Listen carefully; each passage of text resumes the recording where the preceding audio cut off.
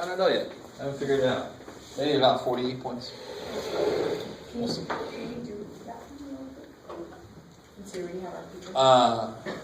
Someone like that. Bless you.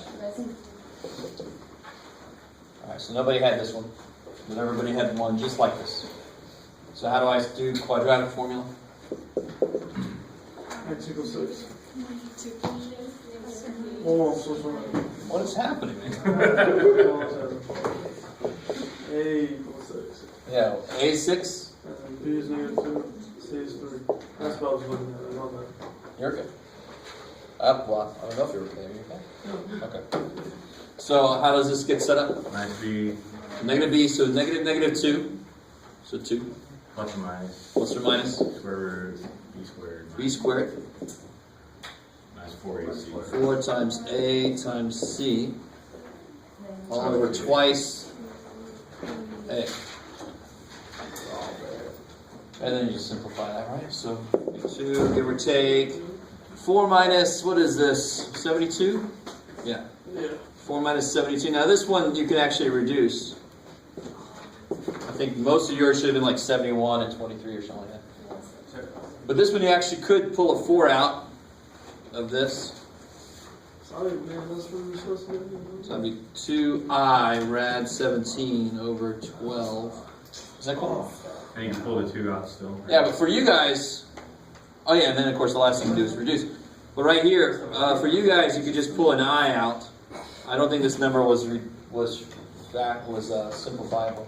That's the question for the quiz, right? No, I mean there were 4 different versions, so I just made one up that nobody had. Yeah. But that's with the quadratic formula. You got it. That's it. Cool. And the last step on this one would be reduce everything by 2. Yeah. But yours should have been a little bit less. You couldn't pull this out. You could pull an I out though, right? So if you didn't do that, you lose points. Quick question. How'd you get 17 from -68? 4 goes into 68. 4 goes into 64. We normally know this one. Yeah. 4 goes into 64 how many times? 16. It's, 4 goes into 68. 18 times. 17. 17. So trust me. What's 7? Well, trust me. That's each one. Okay. I don't know what else to say. Yeah, 68.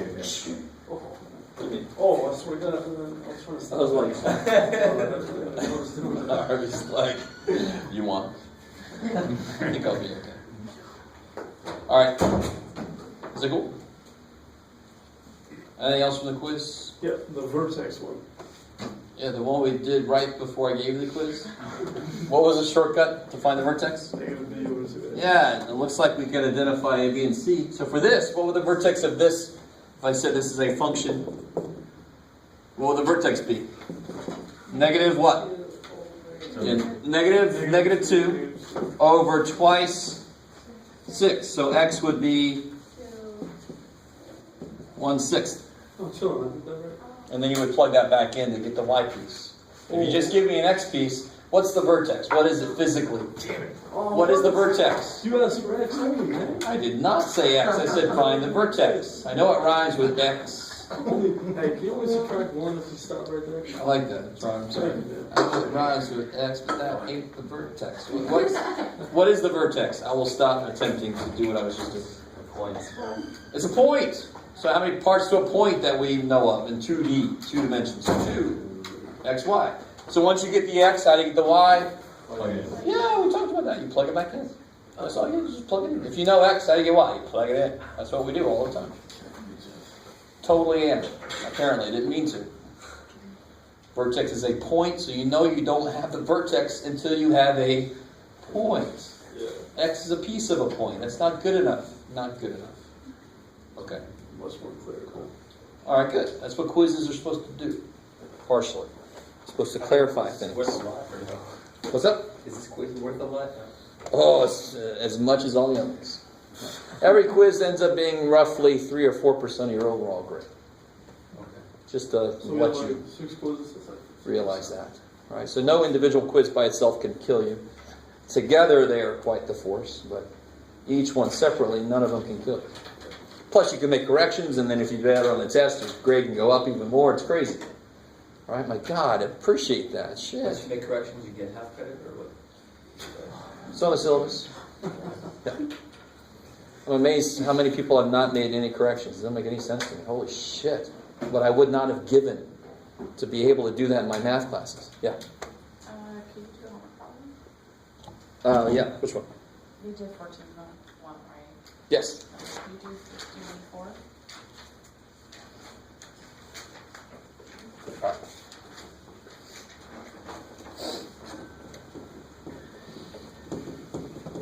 So let me show you. 54 asks you to figure out if it's 1-to-1. Yeah. And 1-to-1 is another name for invertible. And to be invertible, now here's the cool thing. I don't know if I've told you this yet or not. Tell me this. Is this a function? Is that a function? What test do you apply visually? What's the visual graphical test? What test does it pass? Straight line test. What kind of straight line? Vertical line test. Cool, right? So the VLT, right? Vertical line test. If I wanted to make this in inverse, if I wanted to find the inverse of this, how would I do that graphically? Who remembers? When we did the inverse graphically, what's a really cool thing that happens visually? If I have, we did something like this, and I found the inverse, and it was a mirror. Good, a mirror around this here, right? So it'd be like, incredibly roughly. So if I try to mirror the image this, it would come out like this. Is that a function? No, that's not a function. So visually, if I have the graph of something, here's what's really, really cool. And this is why it's called 1-to-1. This is why an invertible thing is called 1-to-1. Not only for every y can there be only one x. Do you remember that definition of function? For every y, there could be only one. So it's that's where the vertical line test comes from. If I have this, the reason it's a function is, and I'm saying it wrong, but for every x, there could be only one y.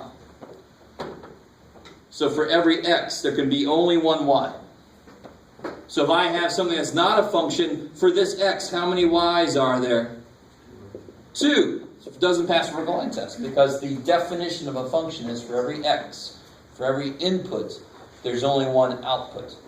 So if you throw the ball at me and I say, hey, where's the ball 1 second after you threw it at me, and you say it's 5 feet up in the air and it's 20 feet up in the air, what kind of ball is that? What the hell are you talking about? It can't be in 2 different places at once. So this has really got something to do with physical reality, right? There can only be one output, right? How big is your left foot? It's size 7 and 8. No, your left foot is either 7 or 8. What are you talking about? You guys with me? There can only be one output. I love the way you guys are looking at me now.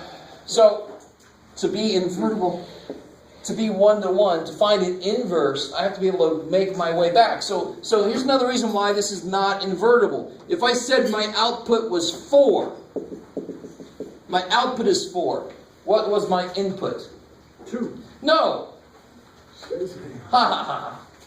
It doesn't have to be 2, right? In fact, I knew you'd say that, so I knew in my head I picked -2. Nah. What do you get when you square -2? 4, shit. So it's not invertible because you can't go backwards. If I said the answer was 4, what was the number you put in? You can't tell me for sure, can you? What do you square to get 4? 2 different things. Oh, shit. You guys kind of with me? So those things go together. The fact that 4, that height happens twice, also deals with the fact that when I turn it, it's not going to pass the vertical line test. So because math people are so lazy or efficient with their time, we said don't turn the damn thing, just turn the damn test. So to see if it's a function, I use vertical line test. Vertical line test tells me if it's a function. To see if it's 1-to-1, to see if it's invertible, I use the horizontal line test. Because I would flip the damn thing and see if it passes. Well, let me just go flip the freaking test. Don't flip the freaking graph. Right? So does this pass a horizontal line test? No, it goes through more than once. So it's not invertible. So if I want to know if it's 1-to-1, I use the horizontal line test. All right, the vilt in the hilt. Okay. It's awesome. If you've done any of that homework, the homework actually hopefully made you go back and look at these things. And then I expect questions on anything I didn't talk about in class. And this is what kind of tells me who's doing the homework and who isn't. Actually, I already know. It's kind of bad. All right. Anything else from homework? Did I answer the question? No, I didn't. Not yet. So, anything that has, like a square in it. So if I had y equals x squared minus 7, is that 1 to 1? No. Because it's going to turn back on itself, right? Can't have that turn back on itself. So no, not invertible. It would look like a parabola. Anything that's linear, that's beautiful. Nothing wrong with that, right? It's not going to turn on itself because the damn thing can't turn. It's a straight line. You guys with me? Okay, maybe. So this would be, yes, invertible. 1 to 1. So you can either talk about what it would look like if you graphed it and say it wouldn't pass the horizontal line test, or you can say it's linear or quadratic. Yep. So number 60 is perpendicular. Number 60 is? That means rectangular. 60 is 7 minus x. That's a straight line. There's no x squared, right? No. So this function is 1 to 1. Yep.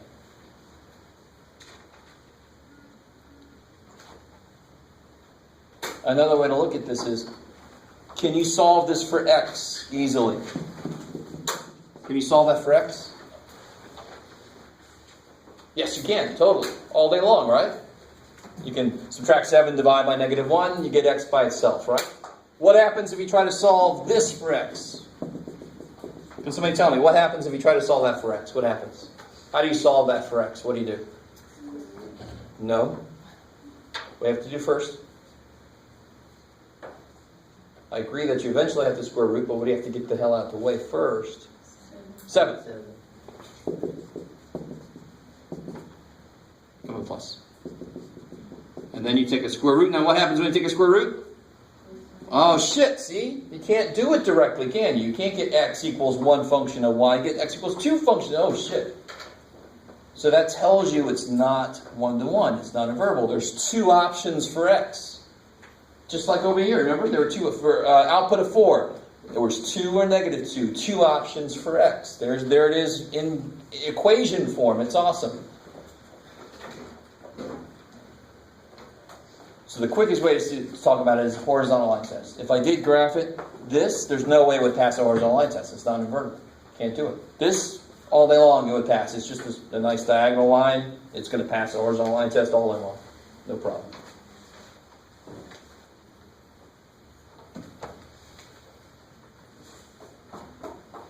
Okay, all right. So your specific problem now, it's a line, so we know what it is. Yeah. Anything else from homework?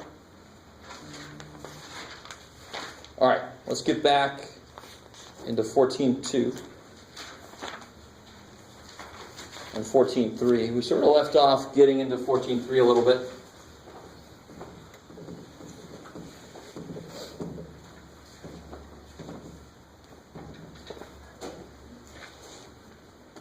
Um, 14.2 is really just about graphing stuff like this.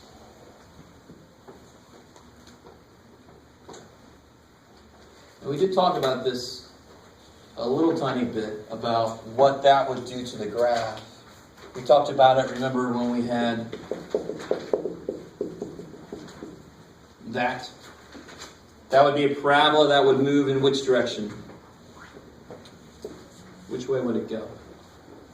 Down. No, that would be out here. It's inside with it, so which way would it go? Well, how do you make this 0? How do you make this 0? You make x 1. So it's going to move 1 this way. So it's going to shift over like that. Alright, maybe. So 2 ways you can graph this. You can either make an xy table directly and just put stuff directly in there. Or you can graph 2 to the x and then move it over 1. Just move it over 1. If I do make an xy table, you just plug numbers in for x, see what they come out with, and then plot them. One thing you have to know, the most important thing really to get out of this section is what an exponential function looks like. They look like this. So this would be for growth. This would be throw a couple of rabbits in a room, give them some food, and wait a few months. Whatever the gestation period is for rabbits, I think you understand. You're going to have a lot of rabbits in that room after some time, right? Yes, okay. This, if I just turn this bad boy around, this is for like decay. This is for radioactive decay. You don't want to stand next to the cobalt for too long. So you might start feeling a little funky, right? Puts out some particles that interfere with their bodies, and then we go, oh shit, that's not good. Little badge goes all black. Godzilla comes, it's horrible. Okay. So you got the idea of what do functions look like. Parabolas, absolute values, right? Now we've got what do exponentials look like. Exponentials look like that. And what's this little dude here? What's all about? What's going on here? I love it. And we call that what? This is sort of like what you were talking about earlier. It's never going to hit 0, but it's always getting closer to 0. Starts with a name, right? Totally starts with a name. Yeah. It's a really stupid put down that math people use. It's an M or an M? M. Yeah, asymptote. Okay, cool. Alright. German dessert or something. I don't know. Okay. So, hopefully you're doing the homework. It's the only damn way you're going to figure that out. You're going to know what's going on. Section 14.3. What we did with section 14.3 was we graphed one of these, and then we graphed the inverse. Might be a good idea to do that, so we remember how to do that. So actually, let's graph this dude. Well, let's not do that. Let's just graph 2 of these, real quick. All right, we'll just graph 3 points, because now we know what this thing looks like. We shouldn't need as many points. So when I plug a -1 in, what do I get coming out? What's 2 to the -1? 1/2. Good. What's 2 to the 0? 1.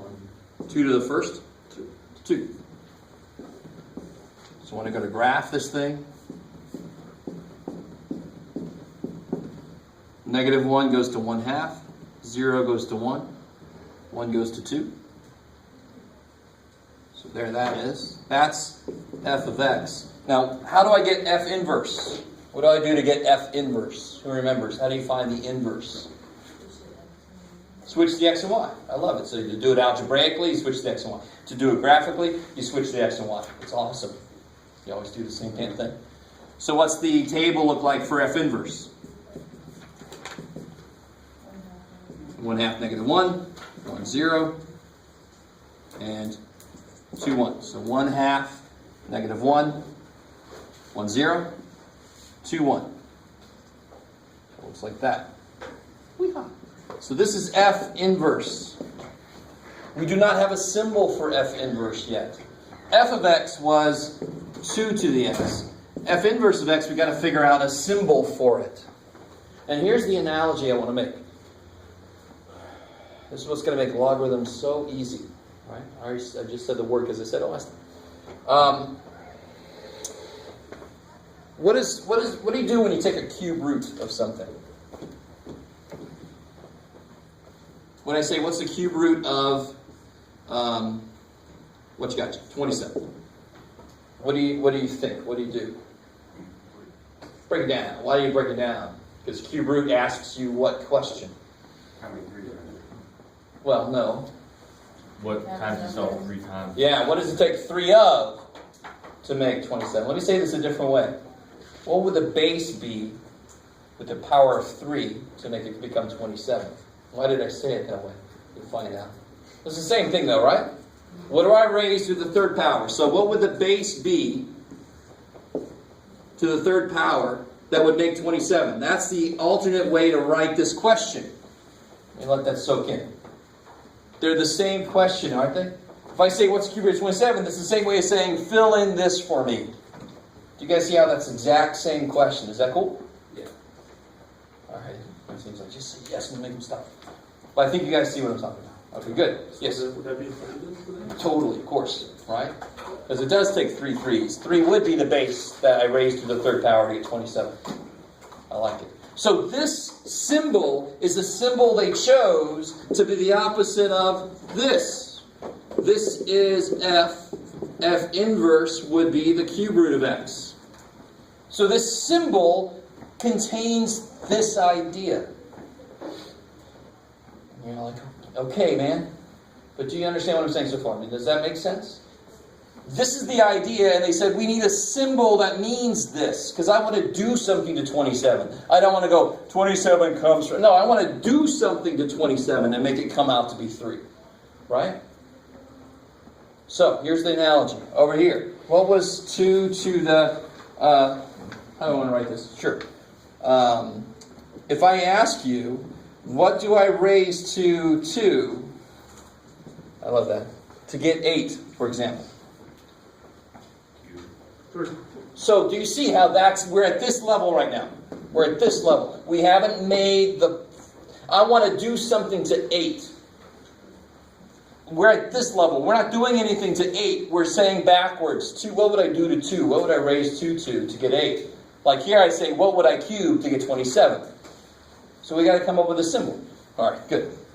So the symbol, all right, these mean the same thing.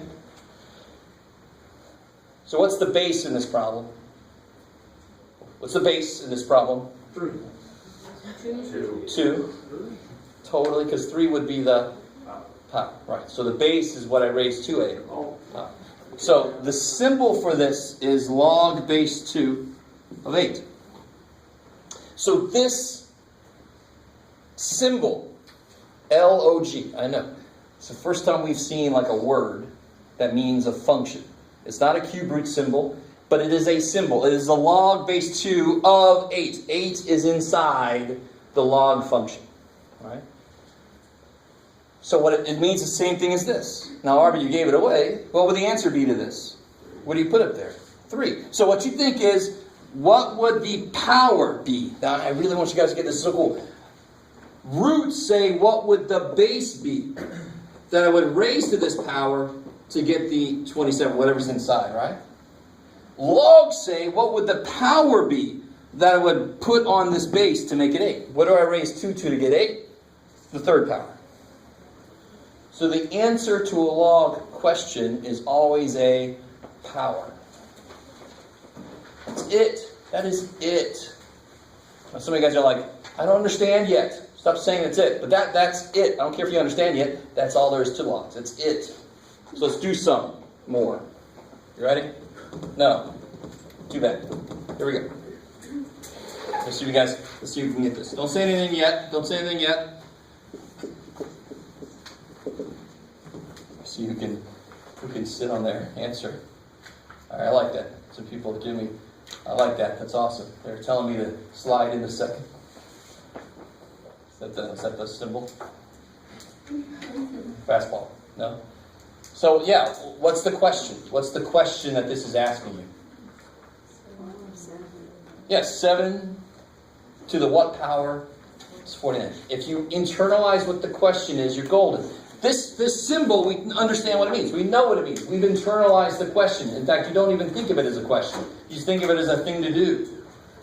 This is new. We haven't internalized the question, but it's saying, what do I raise 70 to get 49? The second power, of course, right? So what's the alternate form for this? 7 squared is 49. So that's the exponential form of it, and that's the logarithmic form of it. Just like the cube root of 8 is 2, what's the other way to write this? 2 cubed is 8. That's the root form of it. That's the power form of it. Ooh. Do you understand what I'm saying? So in the homework you will, obviously you're going to have a bunch like that. You've got to tell me what the hell it is. But there will be a few that say, rewrite this in logarithmic form, or rewrite this in exponential form. That's what they mean. That's all they mean. All they mean. You can always do that to that becomes that. Boom. All right, let's do another one. They will progressively become harder, as you know math does. What about log base 7 of 1?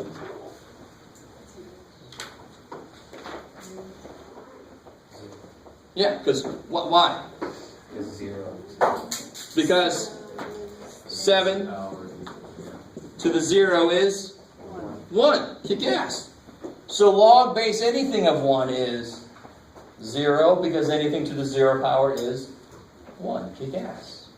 All right? Next level. This one actually is easy or hard, I don't know. It's almost too easy and it becomes hard. 7 to the what power is 7? 1. Yes. Okay, cool. All right. So here we go. Now here comes our first more interesting problem.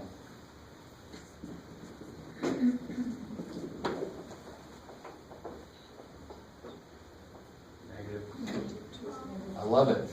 2 would make it 49. How do you make it 1 over 49? Negative 2. Right? Why are you able to do these problems? Because you understand the question this guy is asking you. The minute you understand the question that the symbol is asking you, the problem becomes as easy as your understanding of that is. And we all understand exponents pretty well. Do we? Let's find out. Here we go. Here's probably the hardest one you'll see.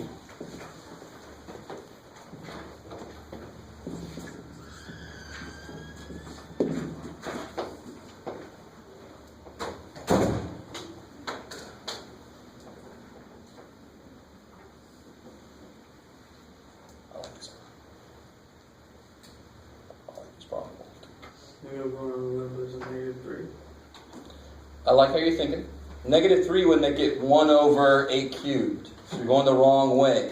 I want to do the opposite way of cubing something. Yes, exactly. That would mean that, what's 8 to the 1/3? What's a 1/3 power mean? Cube root. What's the cube root of 8? 2. So it totally makes sense. 8 to the 1/3 is 2. Sweet. Now, not everybody's going to get what I'm about to say, but if you do, it's awesome. You'll have a little bit easier time remembering when the answer is negative and when the answer is a fraction. Where's my fraction answer? There it is. When the answer is negative and when the answer is a fraction. Watch this. It's kind of cool. Ready? Okay, so let's log base 4 of 16. 2, right? Because 4 squared is 16. Cool. What's log base 4 of 4? 1. What's log base 4 become a 4? Of 2. Beautiful. Square root of 4 is 2, right? What's log base 4 of 1? 0. And what's log base 4 of 1/4? Negative 1. All right, let's analyze this. I don't know if everybody was with me or not. But if you're not quite with us, the way to check it, 4 squared is 16, check. 4 to the 1 is 4, check. 4 to the 1/2 is 2, check. Right, and so forth. Now, notice this. When does it cross from positive to negative after it goes through 0? So if the inside dude is less than 1, the answer must be negative. It must be some kind of a fraction. It must have been flipped over. If the inside dude is between the base and 1, it's going to be a fraction. So 2 is smaller than 4, but it's not less than 1 yet. It's not negative yet. It's going to be some kind of a root. Some of you guys are with me. That doesn't mean if you're not with me that's something bad about you or anything. No. In fact, this is very rarely shown, but I like to show. This is kind of cool. If you don't quite get this, you can still do logs. Anyway, it's kind of nifty to realize that. All right, some of you guys are with me. All right, all right.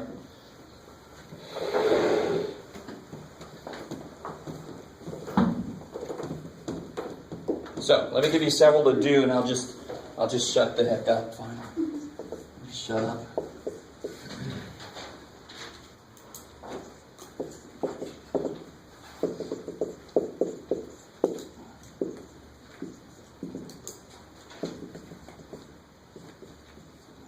Ooh, yeah, let's do that. It's gonna be gross.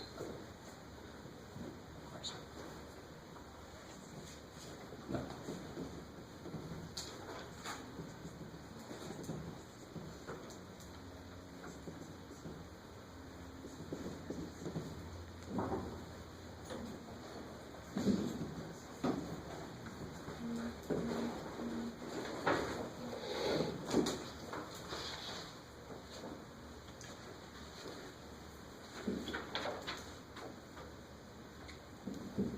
Three is really not easy, so we'll see what happens.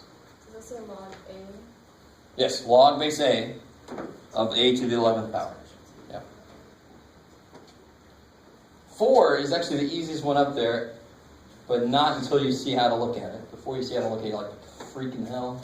What's that? You don't need enough.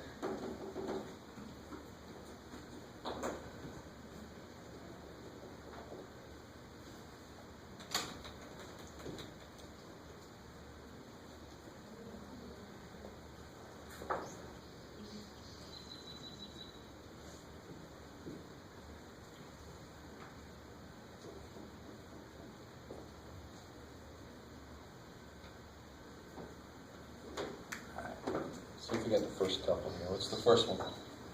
2. Yeah. Why is it 2? 8 squared. 8 squared is 64, or 2 is the power 8 needs to become 64, right? Yeah, like that. Cool. It's that simple. That's the basic idea logs. And the only way I can make it harder is by making the answers negative and fractions, which means they're roots and shit like that. But the idea never changes. The answer is the power the base needs to become the inside dude. So what about this one? I kind of switched it up a little bit. Beautiful. Because how many 4s is 64? 3. So 1 4 must be 1/3 of those. That's 1/3. The cube root of 64 is 4. And how did you know it was not going to be a negative answer? Because this number is not less than 1.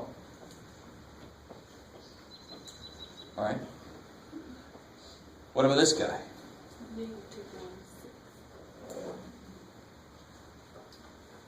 So how to make it become, so I can put a negative down. I know it's got to be a negative part in there, right? Because I got to flip it. But how to make 64 become 2? Well, how many 2's are in 64? 6. So just like there were 3 4's there, so that must be 1/3 of it. There's 6 2's there, so 2 must be 1/6 of it. So it's negative 1/6. I got to flip it and take the 6th root of it to make it 1/2. I told you that was the hardest one. So if you only had trouble on that one, you're fine. Wait, why is it negative again? Two things. It's less than 1 inside, it's less than 1. And why is that important? Because what would log base 64 of 1 be? What's log base 64 of 1? 0. 0, because 64 to the 0 power is 1. Is that cool? So it's positive up here. The minute I put a 1 in, it becomes 0. So the minute I put something less than 1 in, it must become negative. Do you see what it's doing? And why does it make sense again? Because it looks like this. There's 1. Here's, well, my scale sucks, but it's too bad. Yeah, here's 4. So this right here would be like 1/2 would be, I don't know what I'm trying to do here. It's too bad, Jeff. This guy, well, I'm not graphing this guy, screw it. So it goes through 0. On this side it's positive, on this side it's negative. Bam, that's less than 1, so it's going to be negative. I've got to flip it to get to 2 to be down there. This one is the easiest one on the board, but I don't know if you guys understand that. Yeah, it's almost too easy to believe. What do you raise a to make it a to the 11th? 11. What's an even better way to look at that? Log base a and a to a power. So you guys remember this? How are they related? How are those functions related? Where'd log come from? It is the what? It's the inverse. Log base a is the inverse of a to a power. So what do they do to each other? Cancel, right? What do inverse functions do to each other? They cancel each other, don't they? What's the cube root of x cubed? What happens? They cancel each other, so you get x, right? So log base a of a to 11 is 11. That's the only thing left alive. The other shit was opposite functions. They kill each other. Kick ass. So, what about this one?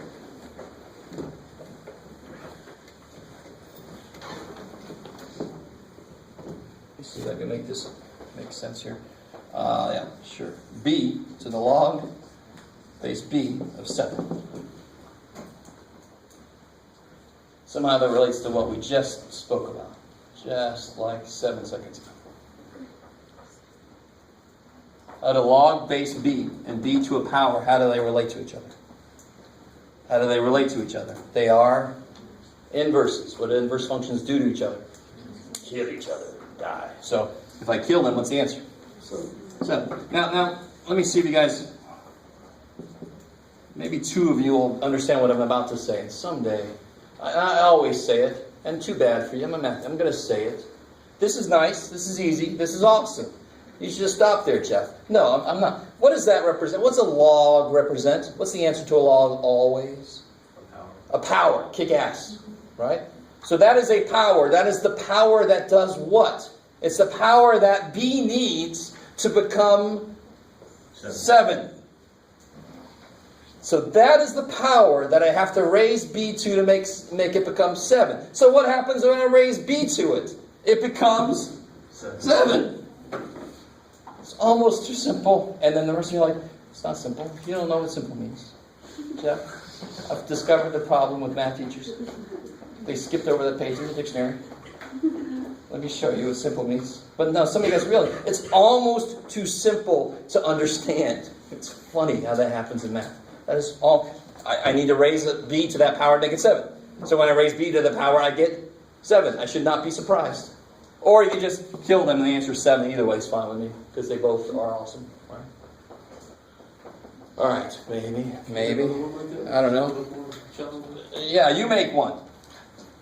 What's the base? A. I love it. So what's the base got to be here? A. Same thing, and then put something inside. 13. So what's going to happen? These are going to cancel, and you're going to get 13. Okay. As long as the bases are the same, they actually kill each other. Right? Sort of like if the roots are the same, I can put 2 radicals together. It's the same kind of thing. Logarithms are a lot like radicals, except the answer to a radical, remember, the answer to a radical was the base. If 2 is the base, 3 is the power. The answer to a log is the power. It gives me the base. The question is, what's the power? Okay. Sorry. Sorry. Fight the power in my head. Fight the powers that be. Sorry. Take me back to my childhood. Okay. Oh, so 2 last things and then we'll head out.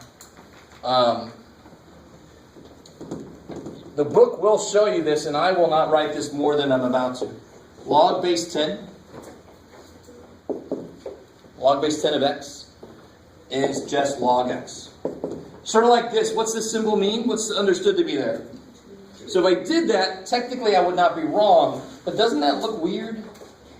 Doesn't it look a little weird? Don't be afraid if it looks weird. It should look weird. There's never a 2 there, because I know there's a 2 there. Don't put the 2 there. So here, same thing. Why would you think log base 10 wouldn't need the 10? Why square root not need the 2? Because it's the square root it's the root that we use the most. That's the log that we use the most. Richter scale, earthquakes, use log base 10. Decibels, measure of sound intensity, use log base 10. In fact, intensity in general, light intensity, so forth, they use log base 10 to differentiate. It's crazy. So they said, we use the damn thing all the time. That means log base 10. If you have a graphing calculator, you have a log button on it. Does anybody have a graphing calculator? Look at it. You have a log button on it. And what's the button that's right? What's the above that log button? 10 to the x, right? Because they are inverses of each other, right? Just like the squared and square root button go together. Because they're inverses of each other. Kick ass.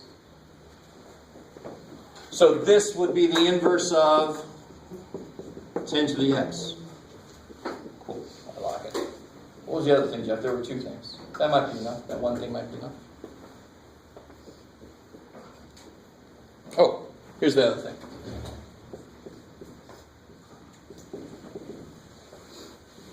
Can you solve that equation? Believe it or not, you totally can, all day long. How do you think you solve that equation? 9. How'd you get that? How do you rewrite this? 3 to the second power is? Look at that, we solved it. So that's the simplest example of a logarithmic equation. If I just rewrite it in this form, I got the answer.